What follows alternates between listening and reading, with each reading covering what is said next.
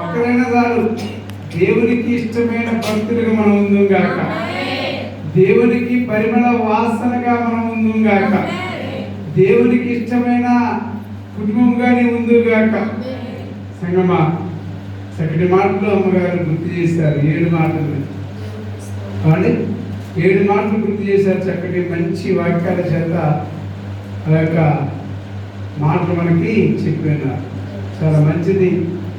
ఇలా చక్కటి ప్రార్థన కాబట్టి మరి నాకు చదువుకున్న పిల్లలని చాలా ఇష్టం. చదువుకున్న వారంటే వారు పీజీలు, డిగ్రీలు కాబట్టి 10th క్లాసు అయిపోయిన తర్వాత దరిదాపు 8 సంవత్సరాలు చదివితేనే వారు మంచి స్టేజీకి వస్తారు. చాలామంది 10వ తరగతి గొప్ప అనుకుంటారు ఈ లోకంలో. కాబట్టి 10వ తరగతి అయిపోయి intermediate first year, second year, degree 3 సంవత్సరాలు, పీజీ 2 సంవత్సరాలు, ఇంజనీరింగ్ 4 సంవత్సరాలు చేసిన బిడ్డలు అంటే మన మందిరంలో ఉండటం చాలా సంతోషం. హల్లెలూయా. జ్ఞానం కలిగిన వారు కావాలి. జ్ఞానం కలిగిన వారు కావాలి. ఇంకా మనము జ్ఞానం లేని వారిగా ఉండదు సంగమా. అందుకే ఈ ఉపవాసం అనేది, ఉపవాసము నీకు జ్ఞానాన్ని తెచ్చిపెడుతుంది. ఉపవాసం నీకు ఆరోగ్యాన్ని తెచ్చిపెడుతూ ఉంది. ఉపవాసం యొక్క స్థితిని మారుస్తూ ఉంది. ఉపవాసం యొక్క గతిని మారుస్తూ ఉంది. ఉపవాసం యొక్క పరిస్థితిని మారుస్తూ ఉంది. ఆలకించాలి. అయ్యా నేను కూడా 1 దినం లేదా 7 దినాల, 14 లేదా 21 లేదా కాబట్టి 40 దినాల ఉపవాసం నేను ఉండాలయ్యా. నా జీవితకాలం అంతా 1 దినాన్ని కేటాయించుకుంటాను. మంగళవారమా, శుక్రవారమా, బుధవారమా కాదు కానీ కాబట్టి ఆ జీవిత కాలం అంతా వారానికి ఒకసారి ఉపవాసం ఉంటుంది. అది నిజమైన భక్తి. అది నిజమైన భక్తి. తపస్కాలం వచ్చింది కదా, ఉపవాస కాలం వచ్చింది కదా. కాబట్టి కట్టి 40 దినాలు కాదు కానీ 40 దినాలు ఉండాలి. మంచిదే. ఎందుకు ఉండాలి 40 దినాలు? సంవత్సరం మొత్తం కూడా దేవునికి దూరంగా ఉంది. కాబట్టి ఒక ఆదివారం, ఒక శుక్రవారం ఏదో సభ జరిగినప్పుడు దేవుని మందిరానికి రావడం కాదు కానీ అయ్యా నా కుటుంబం నేను ఉపవాసం ఉండి 40 దినాలు నేను కంటిన్యూషన్గా మందిరానికి వస్తాను, నా గృహంలో ఆరాధన చేస్తాను. అందుకే ఉపవాసం యొక్క ఆరోగ్యాన్ని శుద్ధి చేస్తుంది. ఉపవాస కాలంలో చాలా జాగ్రత్తగా నోటికి కళ్ళే వేసుకోవాలి. హల్లెలూయా. అమ్మగా చెప్పిన మాట వాక్యం సెలవిస్తుంది. నోటికి కళ్ళను చాలా జాగ్రత్తగా వేసుకోవాలి. ఒక ఎద్దు గిరికి, ఒక ఆవు గిరికి, ఒక మేక గిరికి, ఆ యొక్క వరి పొలాలకు పోకుండా ఆ యొక్క కళ్ళాన్ని ఏ విధంగా పెడతారో అంటే మూతికి చిక్కాన్ని ఏ విధంగా పెడతారో మనం కూడా మూతికి వాక్యమైన చిక్కాన్ని ధరించుకుందాం గాక. ఏం ధరించుకోవాలండి? వాక్యమనే చిక్కాన్ని. వాక్యమనే చిక్కమని ఉన్నప్పుడు ఏ వ్యర్థమైన మాటలు మనకి రావు. రావాలన్నా ఒకరు వచ్చినా కానీ అమ్మటి మనము అయ్యా నాకు జీవ ఆత్మలో ఉంది, దేవుని యొక్క వాక్యంలో ఉందని వాటి దూరము చేస్తాం కనుక అలాంటి క్షమాపణ సంబంధాలను దగ్గర చేస్తుంది. హల్లెలూయా. క్షమాపణ సంబంధాలను దగ్గర చేస్తుంది. దూరమైన బంధువులు ఉన్నారా, దూరమైన స్నేహితులు ఉన్నారా, మరి దూరమైన ఆత్మీయులు ఉన్నారా, క్షమాపణ కోరాలి. తపస్కాలం అనగా ఉపవాసకాలం అనగా క్షమాపణ. హల్లెలూయా. ఆయన శిలువను మోస్తూ అయ్యా తల్లులారా వీరేం చేస్తున్నారో వీరు ఎరుగరు కనుక వీరిని క్షమించుడి అన్న పదము ప్రపంచ దేశాల్లో, ప్రపంచంలో అంటే ఎన్ని వర్గాలు ఉన్నా కానీ క్షమాపణ కోరింది యేసయ్య ఒక్కడే. హల్లెలూయా. ఎవరట? యేసయ్య ఒక్కడే. క్షమించమనే గుణాన్ని నేర్పింది, క్షమాపణ బుద్ధిని నేర్పింది యేసయ్య ఒక్కడే. కాబట్టి సంగమా ఈ ఉపవాస కాలంలో మనము శుద్ధి చేసుకోవాలి. ఏం చేసుకున్నాండి? హిమము కంటే తెల్లగా ఇసుకుతానన్ను. భక్తుడికి ఎంత ఆశ, ఎంత ఆశ అంటే దావీదుకి ఆయన మహారాజు కాబట్టి పనికత్తులు ఉన్నారు, 1000 మంది దాకా పనివారు ఉన్నారు, భటులు ఉన్నారు. కాబట్టి ఆయనకి రక్షక ధనం ఉంది. ఆ ధనాన్ని చూసి కూడా ఆయన గర్వపడలేదు. అంటే పిలిస్తే చిటికేస్తే ఆ దావీదు చుట్టూ చాలా జనము ఉంటారు, పనికత్తులు ఉంటారు. ఆయన ప్లేటు అంటే భోజనం తిరిపించడానికి కూడా, భోజనం సిద్ధపాటు చేయడానికి కూడా పనివారు ఉన్నారు. ఏ మాత్రము సిగ్గుపడక, ఏ మాత్రము భయపడక, ఏమాత్రము భయపడక ఏం చేశారట? ఆయన మోకాలు వేసి ప్రార్థన చేశారు. హల్లెలూయా. ఏం చేశారంటే మోకాలు వేసి ప్రార్థించారు. అటువంటి భక్తి, అటువంటి ఆశ నీకు నాకు వచ్చింది కాక. దావీదు మహారాజుకున్న ఆ భయం ఉండాలండి. చాలా మంది కీర్తనలు అంటారు, కానీ ఆ కీర్తనను మనం నేర్చుకోవాల్సింది చాలా ఉంది. ఆయన గొర్రెల కాపరి దావీదు కానీ మహారాజుగా అయ్యాడు. ఈ స్థితిని మార్చగల దేవుడు ఎస్తేరు యొక్క స్థితిని కూడా మార్చాడు. చాలా పని కోసం వెళ్ళింది ఎస్తేరు, కానీ మహారాణిగా చేశాడు. హల్లెలూయా. సంగమా, అందుకే చాలా జాగ్రత్తగా వాక్యాన్ని మనము ధ్యానం చేయాలి. వాక్యముతో మనం నడిచే సంఘంగా ఉంటుంది గాక. యాకోబు రాసిన పత్రిక 3వ అధ్యాయము, యాకోబు రాసిన పత్రిక 3వ అధ్యాయము 11వ వచనం మనం చదువుకుందాం. నీటి బుగ్గలో ఒక జల నుండి తీయని నీరును చేదు నీరును ఊరునా నా సహోదరులారా, అంజూరపు చెట్టున ఒలివ పండ్లనైనను ద్రాక్ష తీగనైనను అంజూరపు పండ్లైనను కాయన అటువలనే ఉప్పు నీళ్ళలో నుండి తీయని నీళ్లు ఊరవు. హల్లెలూయా. చాలా జాగ్రత్తగా మనసుని పెట్టండి, చాలా జాగ్రత్తగా. కాబట్టి నాకంటే జ్ఞానవంతులు మీరు 3 ప్రశ్నలు రాశారు. ఏంటండి 3. హల్లెలూయా. చాలా మంది నాకంటే ఎక్కువ తిరగలవారు ఉన్నారు. ఇదంట జాంకాయలకు మామిడికాయలు కాస్తే అంట. హల్లెలూయా. అంటే జాంకాయలకి మామిడికాయలు కాస్తే అనేది ఒక నేను అనుకుంటా, మీరు ఎక్కువ చదువుకున్నాం కాబట్టి. హల్లెలూయా. మీరు తక్కువ లేకపోతే అసలు చదువులో నాకు తెలియదు, కానీ జామ చెట్టుకి చెప్పట్లేదమ్మా, జామకాయలు కాస్తాయి. హల్లెలూయా. మామిడికాయలు కాయవు, కానీ కాస్తే చిక్కుడు చెట్టుకి నేనంత వంకాయలు కాస్తాయి. హల్లెలూయా. చిక్కుడు చెట్టుకి ఏ కాయలు కాస్తాయి? చిక్కుడుకాయలే. హల్లెలూయా. అదేవిధంగా ఇంకా జ్ఞానం ఉంటుంది, చాలా జ్ఞానం వస్తుంది. హల్లెలూయా. చెప్పాలి. ఏ చెట్టుని తీసుకున్నాం? ఇక్కడ యేసయ్య కూడా అంజూరపు చెట్టుని తీసుకున్నాడు. అంజూరపు చెట్టుకి అంజూరపు పండ్లు కాయన, ద్రాక్ష చెట్టుకి ద్రాక్ష పండ్లు కాయన, ద్రాక్ష చెట్టుకి అంజూర పండ్లు కాయవు. హల్లెలూయా. చాలా జాగ్రత్తగా ఆలోచించండి. ఏ చెట్టుకి ఆ కాయ కాస్తుంది? ఇవి దేని ధరించుకుంటే ఆ ఫలాలే వస్తాయి. దేని ధరించుకుంటే ఆ ఫలాలే వస్తాయి. ఏ పంట విత్తుతావో, ఏ పంట అయితే కోస్తావో, ఆ పంట అయితే విత్తావు, ఆ పంటనే కోస్తావు. ఇష్టం వచ్చినట్లుగా ఒక పంట వేసి వేరే పంటని కోయలేవు. కాబట్టి వరి పంట వేసారు, ద్రాక్ష తోటకు వస్తారా? ద్రాక్ష పంటలకు వస్తారా? కోయలేరు. వాక్యం సెలవిస్తుంది, స్పష్టంగా నీతో నాతో మాట్లాడుతుంది. నా సహోదరులారా, అంజూరపు చెట్టున ఒలివ పండ్లైనను ద్రాక్ష తీగైనను అంజూర పండ్లైన కాయన అటువలనే ఉప్పు నీళ్ళలో నుండి తీయని నీళ్లు ఊరిన. సముద్రానికి పోయినాం, బాపట్ల పోయినాం. ఎంత తీయగా ఉంటుంది నీళ్ళని నోట్లో వేసుకున్నారు అందరూ. ఎలా ఉన్నట? సముద్రపు నీరు ఉప్పుగానే ఉంటుంది, తీయగా ఉండదు. తీయగా ఉండదు. ఎందుకని? మంచినీటి దగ్గరికి పోయి అది మంచినీరే ఉంటుంది, ఉప్పు నీరు ఉంటుంది. సంగమా, మనం కూడా దేన్ని ధరించుకుంటామో, ఏ వాక్యం అయితే మనం ధరించుకుంటామో ఆ వాక్యమే, ఆ మాటలు మన నోటి నుండి వస్తాయి. అందుకే మాట సెలవిస్తుంది. చూడండి 6వ వచనం చూద్దాం. నాలుక మన అవయవంలో ఉంచబడిన పాప ప్రపంచమై సర్వశరీరులకు మాలిన్యము కలుగజేయు ప్రకృతి చక్రమునకు చిచ్చు పెట్టను, అది నరకము చేత చిచ్చు పెట్టబడును. హల్లెలూయా. నాలుక చిన్న అవయవమే, అదిరదిరి పడిద్దట. ఏమైందండి? అదిరదిరి పడతాం అంటే ఎక్కువ మాట్లాడటం. ఉపవాస కాలంలో తక్కువ మాట్లాడుకోవాలి.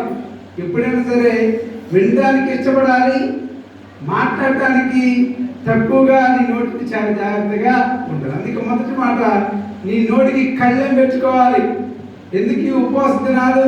లోడా లోడా లోడా లోడా ఏదో ఒక మాట మనం మాట్లాడుతూనే ఉంటాం. ప్రపంచంలో, దేశంలో, ఈ గ్రామంలో చుట్టాలతోటో బంధువులతోటో కానీ పక్కన వాళ్ళతో మనం మాట్లాడుతుంటాం. కనీసం ఉపవాస కాలంలోనైనా నీ నోటిని జాగ్రత్త చేసుకుందువు గాక. ఆ నాలుగు ఏం చేస్తుంట? స్విచ్ పెట్టిద్దట. ఏ స్విచ్? అణుం బాంబు కంటే, ఆటం బాంబు కంటే అండి ఆ యొక్క నాలుక మీద వచ్చే మాట చాలా అవసరమైతే విడగట్టగలదు అండి, కట్టగలదు. లేదుయా, విడగట్టగలదు, కట్టగలదు. ఏంటది? నాలుక చిన్న అవయమే. వాక్యమే సెలవిస్తుంది, ఈ నాలుక నుండి మంచి మాటలు వస్తాయి, ఈ నాలుక నుండి ఆశీర్వాదవచనాలు వస్తాయి, ఈ నాలుక నుండి స్తుతి పాటలు వస్తాయి, ఈ నాలుక నుండి దేవుని పాటలు వస్తాయి, ఈ నాలుక నుండి మహిమ పాటలు వస్తాయి. కానీ ఈ నాలుక నుండి బూతులు కూడా లేదుయా. ఏం మాట్లాడతాం అర్థం కాదు, ఏం చేస్తాం అర్థం కాదు, ఎటు ప్రయాణం చేస్తాం అర్థం కాదు. వాక్యం మీద చెప్పబడుతూ ఉంది, ద్రాక్ష చెట్టుకి ద్రాక్ష కాయలే కాస్తాయి. అంటే వాక్యం విన్న మీరు, బాప్తిసం తీసుకున్న మీరు, దైవజనుడిగా నేను, విశ్వాసంలో కొనసాగ మనందరం కూడా మంచి మాటలే పలుకుదుము గాక. నాలుగుకి ఏం చేయాలంటే ఈ ఉపవాస కాలంలో, ఉపవాసం అంటేనే మనకు మనం తగ్గిపోవడము, మనకు మనం లోబట్టము, మనకి మనం కూడా పరీక్షించుకోవడం. అయ్యా నేను చేసే పని ఏంటి, నేను చేసే పని ఏంటి? కొద్ది కష్టంగా ఉన్నా ఇష్టంగా భావించుకుందరు గాక. కష్టంగా ఉన్నా ఇష్టంగా భావించుకోవాలి. ఆ భావన, ఆ ప్రకటన మనము నడవాలి, ఆ వాక్యం చేత నడవాలి. అందుకే అంటున్నాడు భక్తుడు, సియోనులో బాకా ఊదిని ఉపవాస దినాన్ని ప్రతిష్ఠించడం. ఉపవాస దినం అంటే ఆ తాత్కాలికమైన ఉపవాసం కాదు. మంచి తిను, ఆరోగ్యంగా కానీ కడుపు నిండా తిను, కానీ నాలుకతో వచ్చే మాటను చాలా జాగ్రత్తగా ఉంచుకో. ఉపవాసం అంటే ఉపవాసం ఉండి ఉదయం నుండి ఏం తినక తాక కానీ ఉపవాసం ఉండి 3 దాకా అదే నోటితో, అదే ఉపవాసంతో మరలా ఎదుటి వ్యక్తిని దూషించడము, నిందించడము, అవమానపరచడము, మన నోటితో ఇష్టమైన చెడ్డ మాట పలకడం నిజమైన ఉపవాసము కాదు. అర్థమైందా? ఉపవాసం అంటే నీ మనసును శుద్ధి చేసుకోవాలి, నీ నాలుకను భద్రం చేసుకోవాలి. తిను, ఆరోగ్యం రావాలంటే, నీకు శక్తి రావాలంటే, ఆత్మీయ శక్తి రావాలంటే వాక్యాన్ని వినాలి, ఆత్మీయ శక్తి రావాలంటే ఆరాధన చేయాలి, ఆత్మీయ శక్తి రావాలంటే ప్రార్థన చేయాలి, ఈ లోకం శక్తి రావాలంటే భోజనము చేయాలి. కానీ ఉపవాసం అంటే ఆత్మీయ శక్తిని కాపాడుకోవడానికి నీ నోటిని, నీ నాలుకను అదుపులో ఉంచుకోవాలి. హల్లెలూయా సంగమా. అందుకే కూడి వచ్చిన మీ అందరికీ ధన్యవాదాలు. చాలా సంతోషం. అమూల్యమైన మాటలు వాక్యం చెప్పబడుతూ ఉంటుంది, అమూల్యమైన ప్రకటన చేయబడుతూ ఉంటుంది, వాక్యమే చెప్పబడుతుంది. నాలుక అగ్ని, నాలుక మన అవయవంలో ఉంచబడిన పాప ప్రపంచమై సర్వశరీరకు మాలిన్యము కలిగించేటట్టు సర్వ శరీరానికి చూడండి, దోసకాయ కూర మనం వండుకున్నప్పుడు ఆ వండేటప్పుడు ముందుగానే ఏం చేస్తా, తీగా ఉందా లేదా అని ఆ చేతులు మనము చూస్తాం. కూరకే, ఒక్క పూట కూరకే, మీకు అర్థమవుతుందా? ఒక్క పూట కూరకే ఆ దోసకాయ కోసేటప్పుడే అది చేదుగా ఉందా, తీగా ఉందా? ఒకవేళ చేదు కాయను మనం కనుక తింటే దరిదాపు ఒక పావుగంట 20 నిమిషాలు ఆ చేదు ఆ నాలుక నుండి పోతుంది. ఒకవేళ లోకమనే మాలిన్యము, లోకమనే దరిద్రత, లోకమనే అపవాది, లోకమనే చీకటి, లోకమనే అంధకారాన్ని కమ్ముకుందనుకోండి, ఆ దరిద్రం పోతుంది. హల్లెలూయా. చేదు పోతా మళ్ళా తీపి ధరించుకున్నంత వరకు కూడా, తీపి నోట్లు వేసుకున్నంత వరకు కూడా ఆ చేదు పోదు. ఆ చేదు పోవాలంటే తీపిని తినాలి. మనలో ఉన్న మాలిన్యం పోవాలంటే వాక్యాన్ని మనం తిందుగాక, వాక్యాన్ని మనం ధ్యానం చేయదుగాక, వాక్యంతో నువ్వు నింపబడదుగాక. సంగమా మార్చబడుతుంది. అదొక చిన్న అవయవమే బహుగా అదిరిపడును, 5వ వచనంలో అలాగనే నాలుగు కూడా చిన్న అవయవమైనను ఆ బహుగా అదిరిపడిన ఎంత కొంచెము నిప్పు అంత విస్తారము అయినా అడవిని తగలవచ్చు. చిన్నదే అగ్గిపెట్టి ఎంత ఉన్నదండి? అగ్గిపెట్టిలో పొగ ఎంత ఉన్నది? చాలా చిన్నగా అగ్గిపెట్టా చాలా చిన్నగా ఉంటుంది. అందులో పుల్ల ఒక్కసారి గీసి ఆ తొప్పలో వేస్తే ఆ తొప్పంతా మండి అడిగి మొత్తం కాలిపోతాయి. నాలుక కూడా అటువంటిది సంగమ. హల్లెలూయా. ఈ నాలుకతో మాట్లాడిన మాట చక్రం తిరిగి వచ్చినాడు. ఖమ్మం ఇల్లేదో వస్తుంది కాంపెల్లి ఇంటింటికి ఆ నాలుక మాట తిరిగి వస్తుంది. హల్లెలూయా. తిరిగి రాదమ్మా. మీరు అనుకుంటారు కదా నేను చెప్పిన మాట ఎవరికైనా పడ్డదేమో, ఎవరికి నీకే చెప్తానక్క, నీకే చెప్తాను చెల్లా, ఎవరికి చెప్పకంటారో వదిలే ఈ అక్కబోయి వేరే అక్కకి, ఈ అక్కబోయి వేరే వదిలికి హల్లెలూయా మొత్తం తిరిగి వస్తుంది. దేంతో చెప్పేది? నాలుక అదిరి పడిద్దట. చెప్పేది పాపం కొద్దిగా అట్టట అనగా ఎట్టట అని ఇంకో తగిలించి చెప్తారు. అవునా కదా? అవునా? ఒకవేళ చెప్పే మాట చిన్నదే పాపం ఆవేశం ఆకు హృదయంలో దాచుకోకుండా కొంతమంది చెబుతారు. వినోద్ చెప్పరా? చెబుతారు. చెప్పగానే దానికి సాగదీసి 2-3 తగిలించి హల్లెలూయా చేసి తక్కువ చేయి. నాలుగు ఏం చేస్తావు? ప్రార్థన చేశారు ఇప్పుడు. అయ్యా నా నాలుగుని జాగ్రత్తగా ఉంచుకుంటా, కాపాడుకుంటా, దుష్టమైన పదాలు, వ్యతిరేకమైన పదాలు, చెడ్డ మాటని పలకకుండా నా నాలుకను జాగ్రత్తగా ఉంచుకుంటా, అవసరమైతే కాల్చుకుంటా. హల్లెలూయా. సంగమా వాక్యం చెప్పబడుతుంది. నిజమైన ఉపవాస కాలంలో నీకు నువ్వు ఉపవాసం చేసినప్పుడు మనము జాగ్రత్తగా ఉంచుకోవాల్సిన అవయము అంటే నాలుక. ఏంటంటే 40 రోజులే కాదు, ఈ 40 రోజులు నువ్వు దేన్నైతే ధ్యానం చేస్తున్నావో నీ జీవిత కాలం మొత్తము నిత్య జీవ రాజ్యములో ప్రవేశించేంత వరకు కూడా నీ నాలుకను భద్రం చేసుకుందు గాక. చూడండి మాట చెప్పబడుతుంది. 8వ వచనం చదువుదాం. 8వ వచనం. ఏ నరుడును నాలుకను సాధు చేయనేరడు, అది మరణకరమైన విషముతో నిండినది. హల్లెలూయా. ఏ నరుడైనా ఎవరైనా నాలుకను సాధు చేయడు. ఎవరు సాధు చేస్తారు? ఇప్పుడు మన చిన్నప్పుడు కత్తిపేట సాన పడతాం అండి, కొడవల్లో సాన పడతాం అని వచ్చేది. ఇప్పుడు సానం నేను నాకు తెలియదు కానీ సాన పట్టేవారు. కత్తులను, కొడవళ్ళు, చాకులు, కత్తిపేట సాన పట్టేవారు. మా తాతగారు కూడా ఆ సానం తెచ్చి ఆ కత్తిపేటను వృత్తి. మనం ఏం చేస్తాం? నాలుకను కూడా సాగు చేసుకోవాలి, సాన పట్టుకోవాలి. అయ్యా నేను ఏ మాట మాట్లాడుతూ ఉన్నా? వ్యర్థమైన మాట, లోకానికి ఇష్టమైన మాట, దేవునికి ఇష్టమైన మాటను మాట్లాడుతూ ఉన్నానా? ఈ యొక్క తపస్కాలంలో, ఈ యొక్క ఉపవాస కాలంలో, ఈ వ్రత దీక్షలో నీవు కూడా ఆ నాలుకని చాలా జాగ్రత్తగా సాగు చేయదుగాక. వాక్యం ఇచ్చబడుతుంది. ఏ నరుడును నాలుకను సాగు చేయనేరడు, అది మరణకరమైన విషముతో నిండినది. హల్లెలూయా. పాముగతిగా విషం ఇంజెక్షన్ ఉంది దానికి.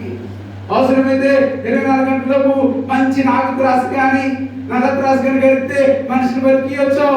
కానీ నాలుక చేత కనుక పెరిజుగుతులు కలిసినవా అది మాత్రము బతికించలేదు. హల్లెలూయా. అర్థం చెప్పి అర్థమవుతుందా? ఈ నాలుక చేత ఒకవేళ పొరపాటున తెలిసి తెలియకను లేదా తెలుసును మాట్లాడను అనుకోండి, అది నిప్పే. నిప్పి అంటిదిగా అడవి మొత్తానికి సదా చెట్లు ఉంటారు కాడ. ఇంటి పక్కన అంటే నీళ్ళు పోతాం, అడవిలో ఎవరు పోతారు? తగలబడి చివరికి మళ్ళా చలికాలం వస్తేనో అదాగాల్సిందే. ఇది కూడా అంతే. ఒక్కసారి నిప్పు ఆ యొక్క నాలుకతో నిప్పు పెట్టామనుకోండి, నీ జీవిత కాలం అంతము వారు జీవించేంత వరకు కూడా ఆ మాట గుర్తుండదు. హల్లెలూయా. మంచి మాటలు గుర్తుండవమ్మా. ఈ లోకానికి మంచి మాటలు ఎక్కవు, చెడ్డ మాటలు మాత్రానికి వారు మరణించేంత వరకు కూడా అదిగో ఫలాలు నన్ను ఇలా అన్నారు, ఫలాలు ఇలా అన్నారు, ఇలా మాట్లాడింది ఆమె, వారు ఇలా మాట్లాడారని ఆ నాలుగు చేత ఒక్కసారి నువ్వు చెప్పింది కానీ వారు 100 సార్లు చెప్తారు. హల్లెలూయా. అమ్మా ఒక్కసారి మనం సందర్భాన్ని బట్టి అంటాం అంతే. సందర్భాన్ని బట్టి మన యొక్క మనసును మన యొక్క నాలుగుని ఉపయోగిస్తాం, కానీ వారి సందర్భం రాకపోయినా అదే మాట గుచ్చి చెప్తాం మాట్లాడు. సంగమా, నిజమైన ఉపవాసం, నిజమైన విశ్వాసం ఎలా ఉండాలంట? ఆ నోటికి ఆ నాలుగుకి ఏం చేయాలంట? కళ్ళెం పెట్టుకోవాలి. చాలా జాగ్రత్తగా సంఘం అభివృద్ధి కావాలంటే మౌనంగా ఉంటూ నేర్చుకో. మందిరంలో కానీ, కుటుంబంలో కానీ, సమాజంలో కానీ, నీ పొరుగు వారితో కానీ, ఇరుగు వారితో కానీ చాలా జాగ్రత్తగా. మౌనమే ప్రతిఫలాన్ని ఇస్తుంది. మౌనమే నిన్ను మంచి మార్గంలోకి నడిపిస్తుంది. మౌనమే నిన్ను ఉన్న స్థితిలోనికి తీసుకుని వెళ్తుంది. వాక్యం చెప్పబడుతుంది, చక్కటి మాట రాయబడుతుంది. ఏ నరుడును నాలుకను సాగు చేయనేరడు, అది మరణకరమైన విషయంతో నిన్నది, అది నిర్కలంకమైన దుష్టత్వమే. లేదయ్యా, ఇది పోవడానికి, ఈ దుష్టత్వాన్ని, ఈ చెడును, ఈ చీకటిని, ఈ అంధకారాన్ని తీసివేసుకోవడానికి నేను కూడా ఉపవాసము ఉంటానయ్యా. లేదయ్యా, ఎందుకు ఉపవాసం ఉండాలా? అందరికీ అర్థం కావట్లే. 40 రోజులు వచ్చినాక అయ్యగారు ఉపవాస ప్రకటన చేశారు. ఏం తినకుండా రాకుండా ఉండాలట అనేది కాదు. తినకుండా రాకుండా ఉంటే ఏంటంటే నాలుకని కానీ హృదయాన్ని కానీ చాలా భద్రంగా ఉంచుకోవడం. నీ నోటి మాట చాలా ఉన్నతముగా వాక్యముతో నింపుకున్న వ్యక్తిగా, విశ్వాసగా నీ నోటి మాట ఉండేది కాక. సంగమా, వాక్యం సెలవిస్తున్న తర్వాత మాట చదువుదాం. 10వ వచనం, 9వ వచనం.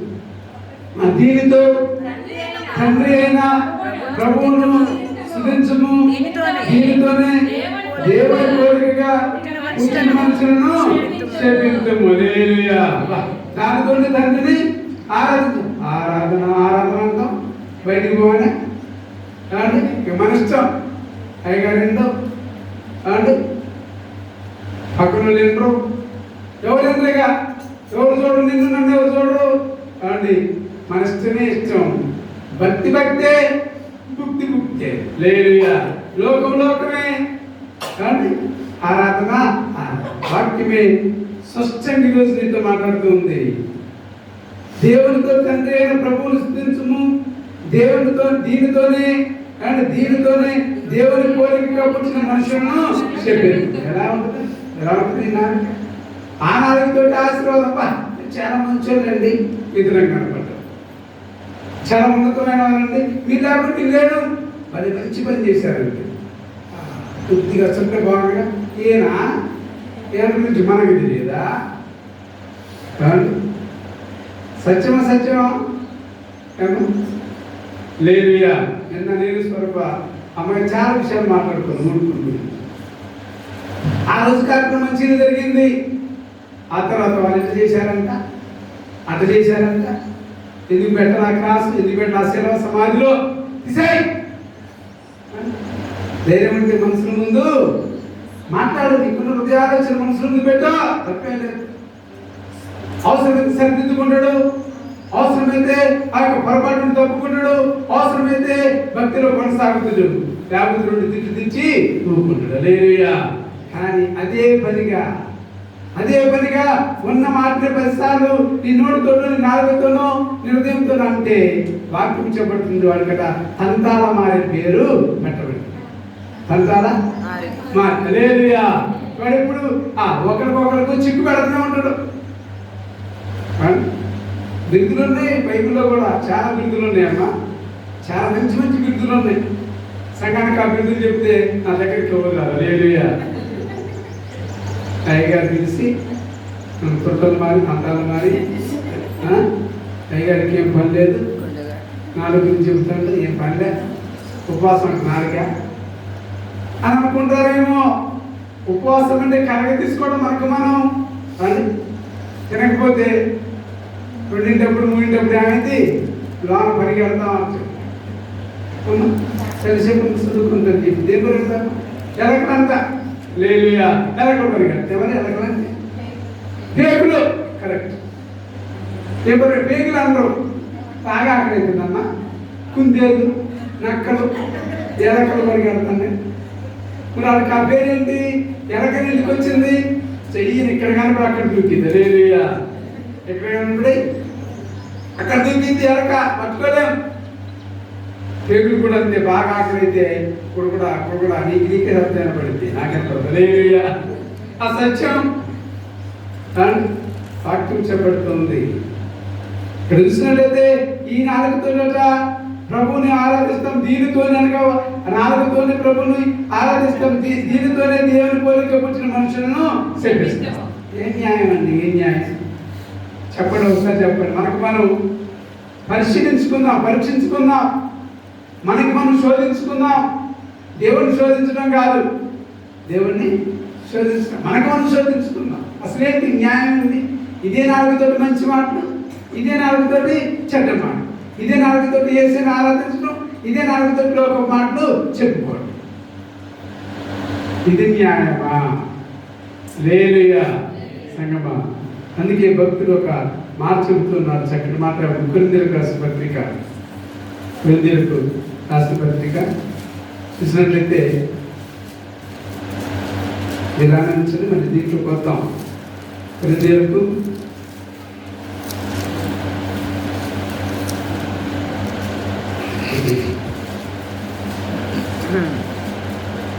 ఓ విశ్వాసి నీవు మెలకువగా ఉండుమా. ఓ విశ్వాసి నీవు మెలకువగా ఉండుమా. హల్లెలూయా. 2 కొరింథీయులకు రాసిన పత్రిక 8వ అధ్యాయము 21వ మాట.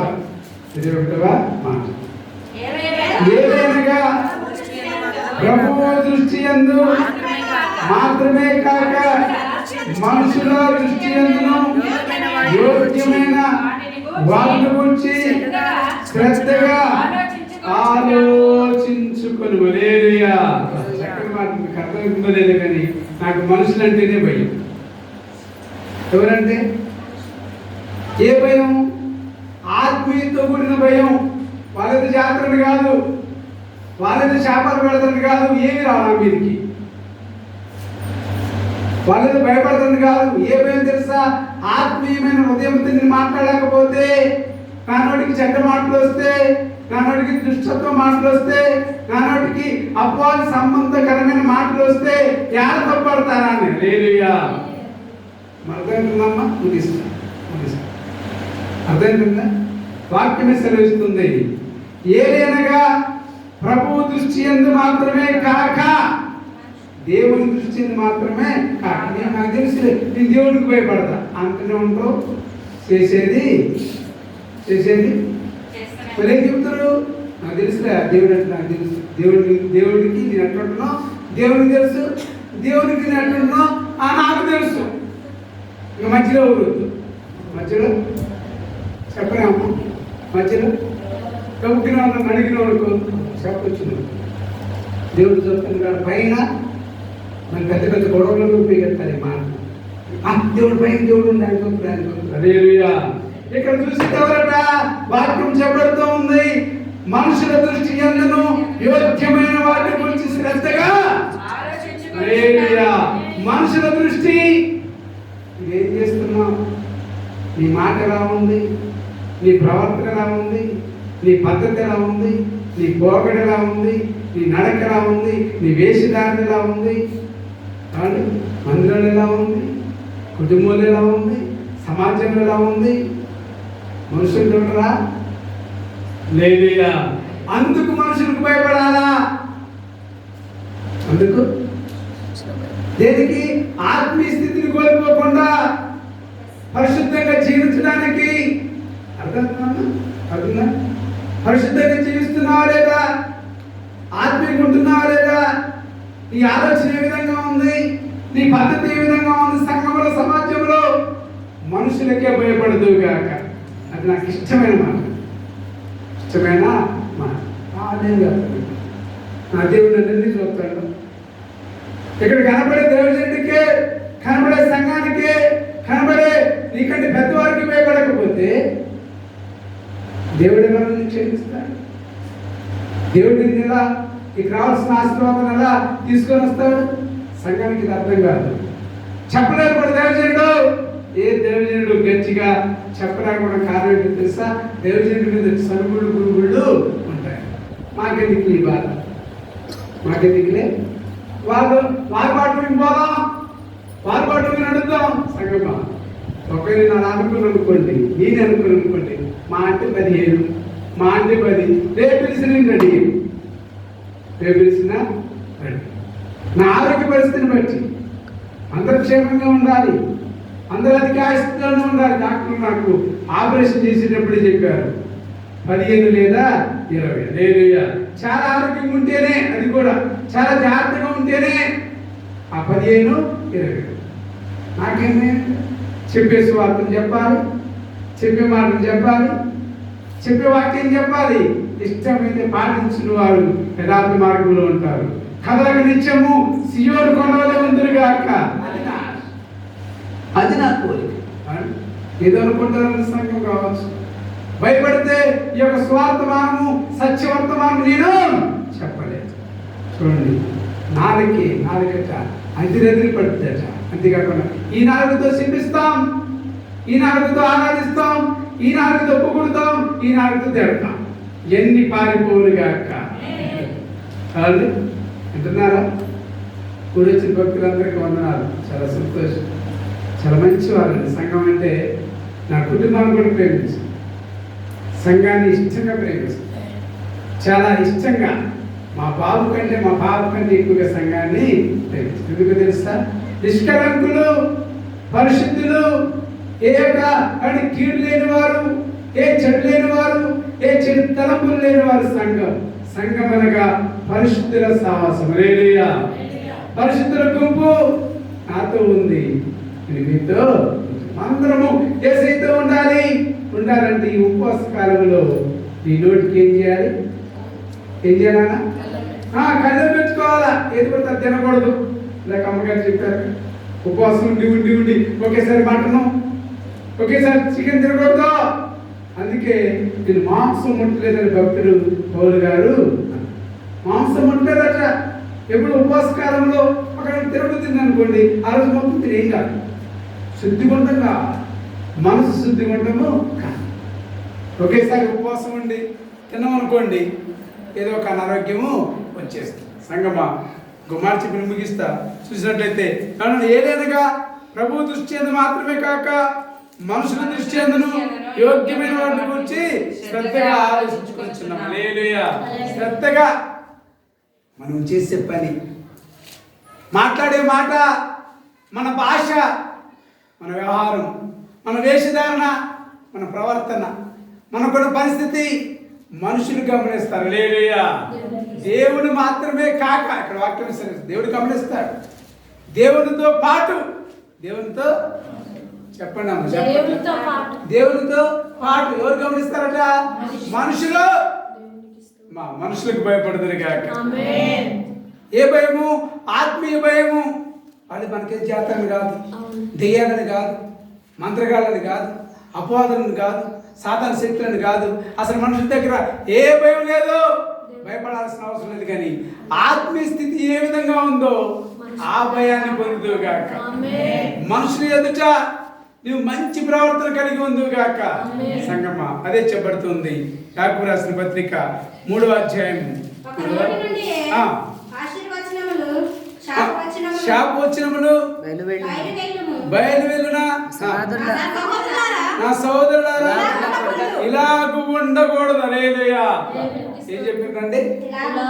ఇలాగూ ఉండకూడదు. ఒకే నోటి నుండి శాపవచనం పలకూడదు, ఒకే నోటి నుండి ఆశీర్వాదం వచ్చినాడు దేవుడిని దీవించను గాక అన్న, నీకు దీవించను గాక, అంతే అండి. అర్థంగా? ఒకసారి నువ్వు ఎప్పుడైతే ఆశీర్వాదం వచ్చిన పలికావో ఇక శాపం వచ్చిన అంటే పెట్టకూడదు. మెట్టు దిగిన తర్వాత కోపం వచ్చినప్పుడు, కోపం వచ్చినప్పుడు, మెట్టు దిగిన తర్వాత నీకు బాధ వేసినప్పుడు, నీకు కష్టం వచ్చినప్పుడు టింగ్ టింగ్ అంటాం, చేతి ఊకిని తిరుగుతాం. హల్లెలూయా. అంటే మనకు అలవాట్లేదు, మనకు అలవాటు ఉందండి. లేదు, మాని వేసుకుందరుగాక, జాగ్రత్త క్రమంగా నడుచుదురుగాక. అమ్మ చెబితే కోపం వస్తాం, కానీ ట్రైన్ 2 పట్టాల మీదనే నడుస్తుంది.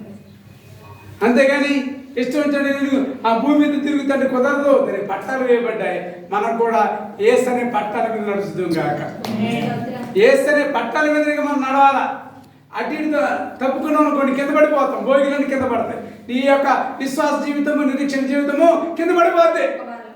హల్లెలూయా. కాబట్టి సంగమా, పడిపోవద్దు. నీవు పడిపోవడం నాకు ఇష్టము లేదు.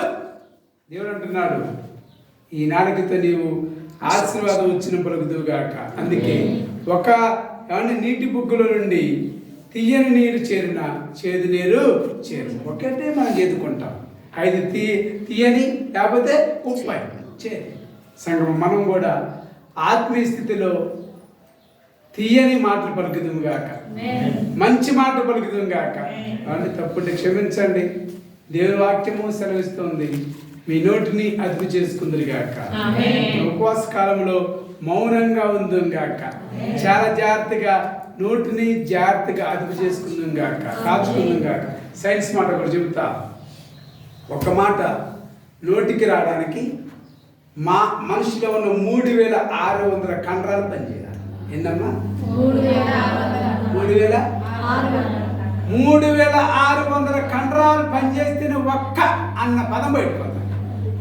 మనం అసలు ఏం తెలుసు ఎన్ని కండరాలు పనిచేస్తాయో లోన, ఎన్ని జీవి మనకేది లేచిన కాండి పండుకునే దాకా ఎవరు కనపడితే వాళ్ళతో లేలియా. ఆ పద్ధతి బాగా వేసుకుందరు కాక. ఎందుకని?